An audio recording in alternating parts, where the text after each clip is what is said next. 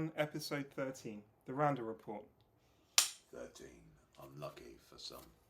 Not for me. I'm going to start with a bit of a quote.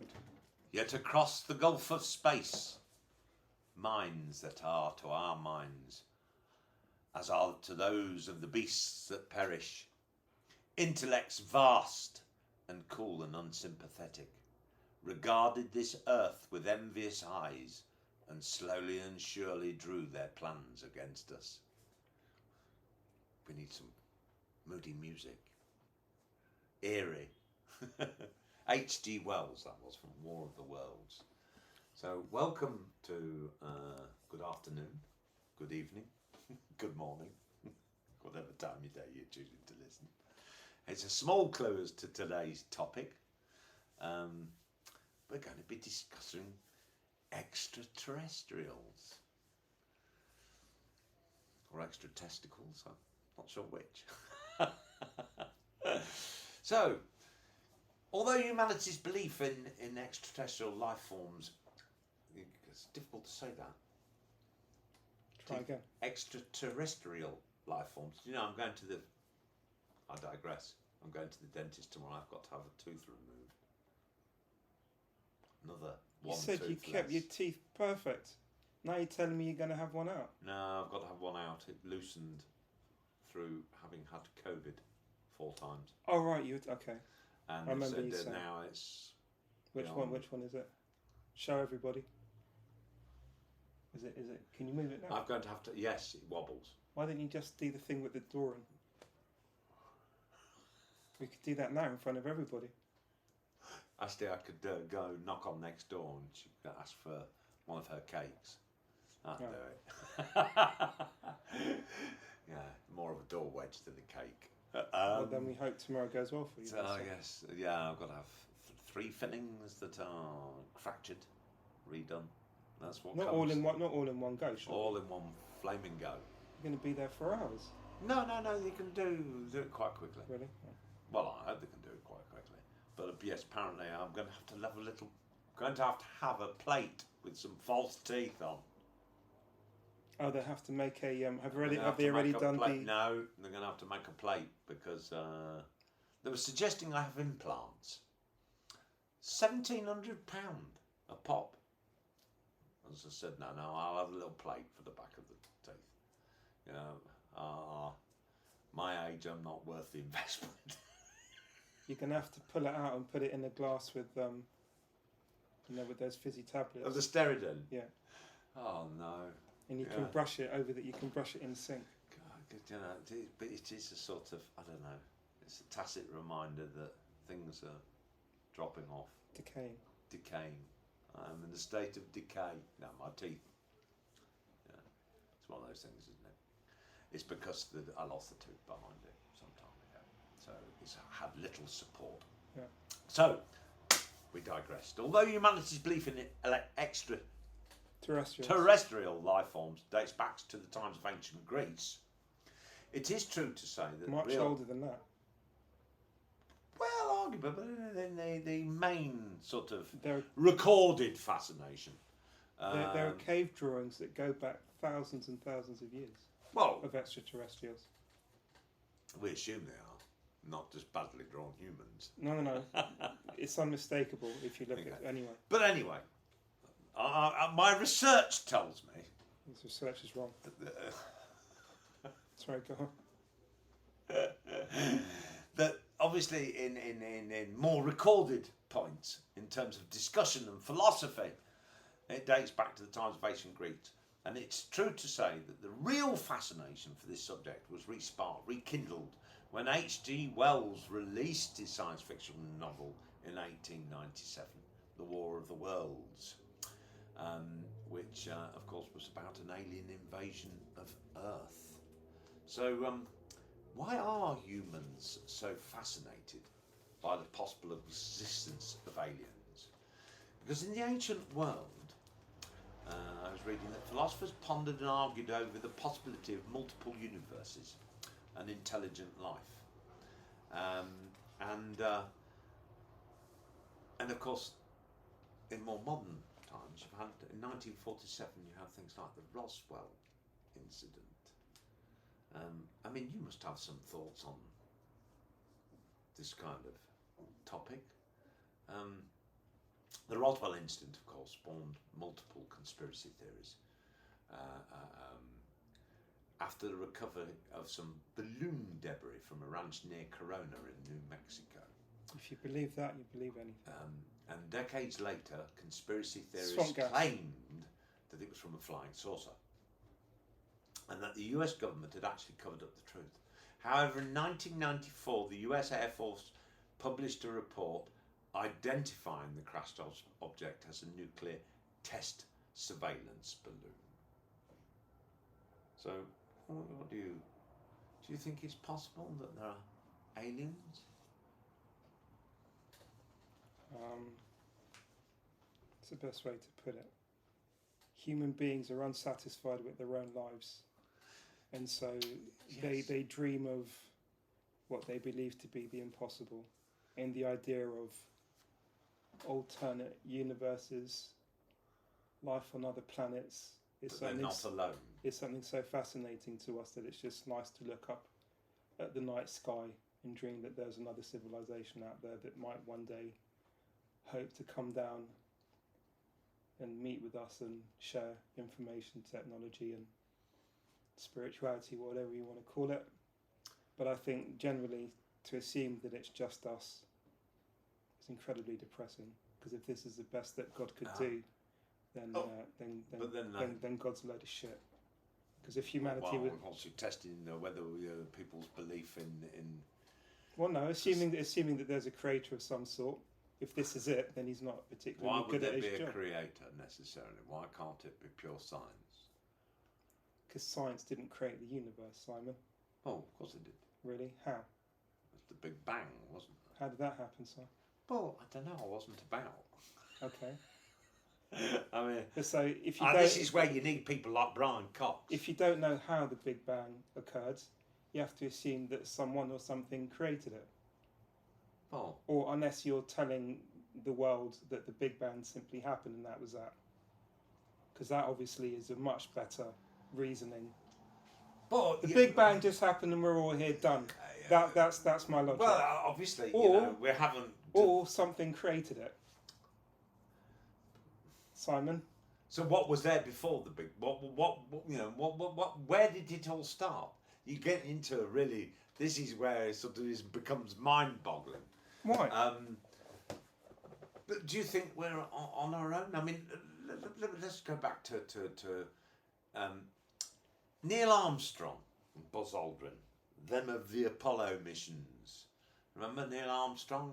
One small step for man. Yeah, that was done in Nevada. That was done in a studio in Nevada. Because they, again, going back to the Russians, they were unhappy that the Russians got into space first, and they couldn't allow that. That was unacceptable.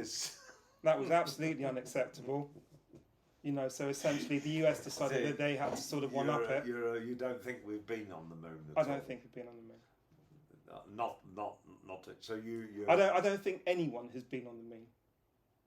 Not China, not the US. No one. I think we may very well have It's an interesting conspiracy. I think we may very well have satellites that have gone and sort of orbited and taken sort of images. I definitely I believe that, but I don't think we had the technology in the 60s to do it, and I don't actually think we have the technology in today. 1969. I don't think we have the technology today to do it either. We've had the technology to send Why rockets have to Mars, we not been back? But not well. Why have we not been back to the moon? So you're trying to tell me? It's an interesting point. You're trying to tell me because they found bugger all there. So you're trying to tell me? No, but apparently the moon is incredibly rich in resources. Which if we had the ability to then mine, would sort of it would fast forward our technological advances back on Earth. But we don't have the means to do it. We don't have the means to get to the moon. We don't have the means to extract materials and minerals in the amounts that we would need to return it back to the Earth. They couldn't keep the miners happy here in the 1980s. Never mind having them mining on the moon. So we put a man on the moon in '69, Well, and then we haven't been able to do so. We haven't been able to do anything that's an interesting like that point. since. Well, then let's talk in the context of extraterrestrials. Neil Armstrong and Buzz Aldrin, who, if we take Mel's point, and he might, you never know. I mean, it's an interesting argument. I have heard it before. That they in fact never got to the moon, just to a backlot studio in the Hollywood Hills, or in the desert, actually reported the sightings of UFOs during their historic moon landing of the Apollo 11 mission in 1969. Armstrong said, according to reports, that aliens have a base on the moon, and told them in no uncertain terms, that the aliens told them in no uncertain terms to get off and stay off the moon. Do you reckon they told him in English? But this is the interesting point, you see. Now, was it sort of in the style of Barbara Windsor in EastEnders? Get out of my pub! Get off the moon. I mean, how would they know what language? Because, quote, this is his quote, Neil Armstrong quote. We had always known that there was a possibility. The fact is, we were warned off by the aliens. That's why we never went back. Their ships were far Their ships were far superior to ours in both size and technology. Well, have you got photographs of them? They didn't take any photographs of the sodding ships while they were busy putting it on our TV screen. But they did at the dust. Wait for this. Quote, boy, were they big and menacing. I mean, it worries me slightly. It's comical. I mean, come on. It's ridiculous. It's absolutely insane. But I understand it. Even back in the 60s, I can understand that people were so annoyed by the spectacle on TV that you could have said anything. Well, I thought it looked a bit crap. But people would have believed it. There's enough of the population that is stupid enough to believe everything that came out of his mouth. And so I understand that they could get away with it for a very long time. But to assume that you could even take that as fact is absolute nonsense. It's a bit worrying, isn't it? The fact that it's as usually we're treated like children, which that's just the way things go. I noted recently, of course, the Pentagon has gotten in on this sort of UFO act because they've been detailing reported sightings of a flying oversized sighting of UFOs. One of them looking like a flying oversized Tic Tac mint. Yeah, the Tic Tac. Which sort of goes off at different directions. The thing is, there are thousands of reports. There's so many reports that it's impossible to ignore it, which is why they had to open a department. Right. Because if there are so many reportings and there's so many people saying, "Look, I saw this at this time." Does that say more about their foolishness, or why? Just people's foolishness, or no, because are they now pandering? NASA No. pandering. Why? The Pentagon pandering. Why? Because now there's video evidence.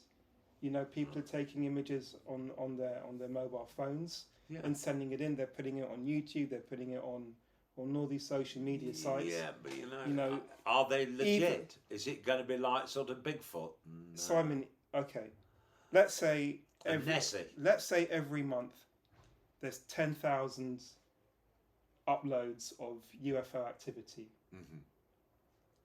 Let's assume that 99% of those are complete nonsense. Are explainable nonsense. Yeah, complete nonsense. What about that 1%?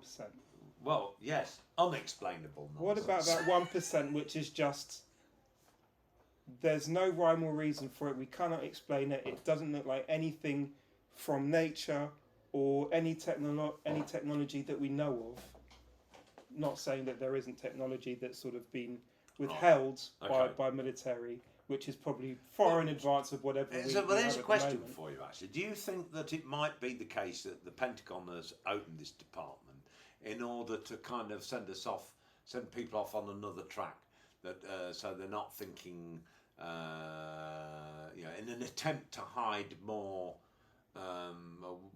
what is their own military I think inventions rather than a real thing of the likelihood of it being aliens. I think there's definitely an element of that.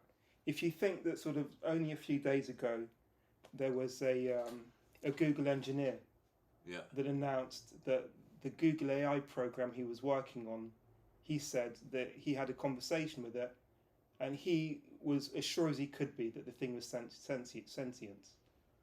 He said, this Google AI system that I've been working on for the last 5 years has sentience. It has feelings, it has understandings, it has conversations, it understands context, and the thing is so close to real life speech and real life thought that he made an open statement at massive risk to him, and he said that this thing is sentient.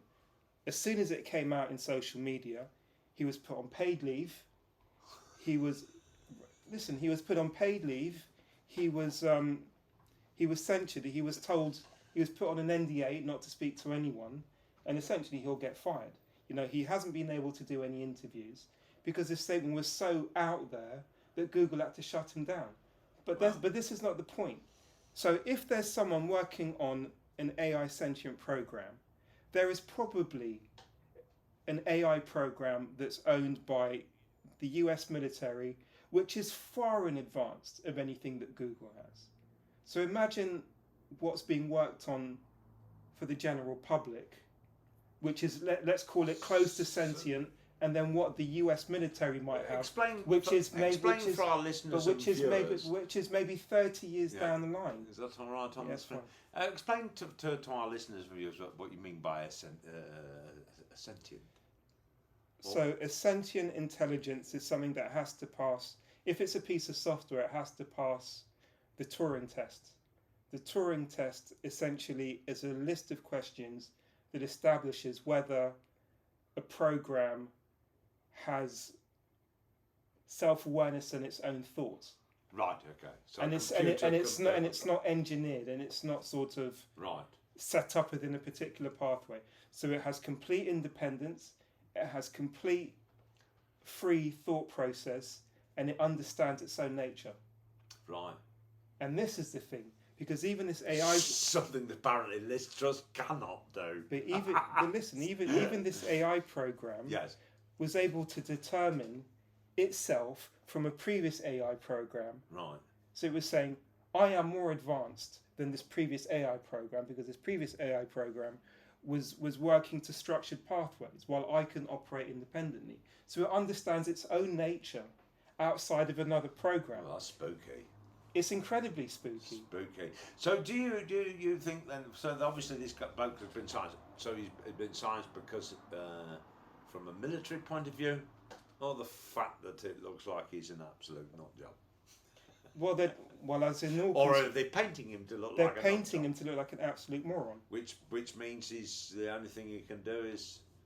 Well, the only thing he can do is speak Tory out. Candidate. The only thing he can do is speak out. Okay. I mean, as I said, the Pentagon got in on this act. There's a Dr. David Jacobs, who's Professor of History at Temple University in Pennsylvania, and he specialises in ufology. I guess that's what it's called. And he's obviously the science of UFOs, and he's written a number of books on alien abductions. And has claimed that alien hybrids are walking amongst us, abducting humans and utilising mind control powers to prepare for a mass takeover. Now, well, I mean, we've all seen stories and bits and pieces over the years of people who have claimed to have been abducted by aliens. Yes. I mean, I don't know about you, but whenever I see these things, I usually think, doo-doo. But why? These people. Time to call them. But these people also go through psychic regression, and you can't exactly lie through psychic regression, and they give incredibly harrowing accounts of abduction. So- And what that might be, who knows? But I mean, it's definitely. Do you think unusual. it's something though that's fixed in their own minds? I mean, interestingly, I'm going to make this point because it's slightly off the wall to it. I was watching the film of The Boston Strangler. I don't know whether you've ever seen the film The Boston Strangler with Henry Fonda. And it relates to a true story about the Boston Strangler that murdered, I think, 11 or 12 women. And when they caught the guy, his mental aberration was that he didn't even recognise that the other personality, he didn't even know that he was committing the murders. It was this total other personality. There was literally two personalities in the one body. Okay, because he was claiming defence by Wasn't insanity. claiming, he didn't even know. No, he wasn't claiming defence by he didn't even know. That in effect is defence by insanity. Yes, but He's my never point going. is, He's never going to say, "Yeah, it was me," is he? He's going to say it was my alter ego. That's well, what no, that's not the point. that's- You need to watch the context of the film to understand that he wasn't using that as an argument, because it was like he didn't even understand why he was being questioned. I mean, and but the point I'm making is these people that you're talking about, that they regret. Is it possible that they believe it so much that even regretting them is not going to get at the truth of the fact that really they were just, they weren't abducted at all. By the nature of your question, yes, of course it's possible. But But it's also possible that maybe it was an actual event. Who knows? So you think this is possible that there's... Again, I say, if we're the only people in the universe, that is incredibly depressing. And what a terrible job the universe has done in only being able to create us. That seems... So you think that really... That seems pathetic to me. Do you think really the existence of aliens is either a human delusion? So if we're it, that's really sad. Oh. If you're trying to tell me that in millions and millions of galaxies, with millions of planets that could harbour life, that's a separate question. That literally it's just us. No, that's a separate question. And if there are aliens, why would they even bother coming here? Quite frankly, there's the point. There's a separate question. We're far too devolved. It's a separate question, isn't it? Whether in what they call the Goldilocks zone, or different parts of the different galaxies, because it is so vast that there isn't other intelligent life forms in other places, or has been in the past. Also, no one says that or more intelligent than us, or slightly less intelligent. We just don't know, and it's quite likely that there is. But they could be silicon-based as opposed to carbon-based, and they might be able to exist in different environments that we couldn't exist on, for example. So why does it have to be a carbon-based being? Maybe it has another structure altogether. Well, that's a good point. It is a good point. Yeah, that starts to get a bit weird you out, doesn't it? Because that means they can do all sorts of stuff. Well, you think of what's on the bottom of the ocean. At pressures that human beings... I gather, mostly our plastic. But that at pressures that human beings can't come close to being able to tolerate. That other things can. Yeah. Right. So if something can survive thousands of feet at the bottom of the ocean floor, why can't life exist on another planet? In environments that are harsher than we're used to. I would say it's more than possible that there is life on other planets, and even to a point to say, because when you talk about intelligent life, how do you define intelligent? I mean, let's be about right. Look, as we see a worm, as a sort of, it's an animal that exists. It probably doesn't have much of a function. If an alien is able to come here and is sentient and intelligent, what makes us think that it doesn't see us as a worm?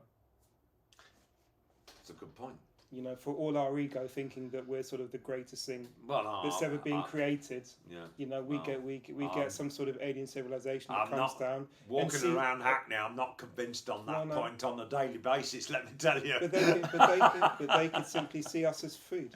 You know what I mean? How do we know? You know, we could be the equivalent of chicken to an alien civilization. You know, they'd essentially just put us in a pen, kill us and eat us, and that's that. Could be 10, and then when 20 times our size and just go, they'll see us as bite size. Right, and then when we're gone, we're gone. And then we think we're some sort of advanced civilization. We might be the shit under the shoe of walking around as I do. It raises a big question. You know what I mean? Whether whereas some people are intelligent. I don't think we're alone, but I don't think any kind of civilization can be bothered to come down and sort of interact with us because there's no point. That conveniently. So there we go. You see, lots for you to think about. If we evolve, then maybe. Yeah. If we survive. Exactly. If we survive. If we evolve. If we survive to evolve. If we manage actually to find an answer how to work and live in symbiosis with the planet that we're on rather than to wreck it, or find somewhere else to wreck.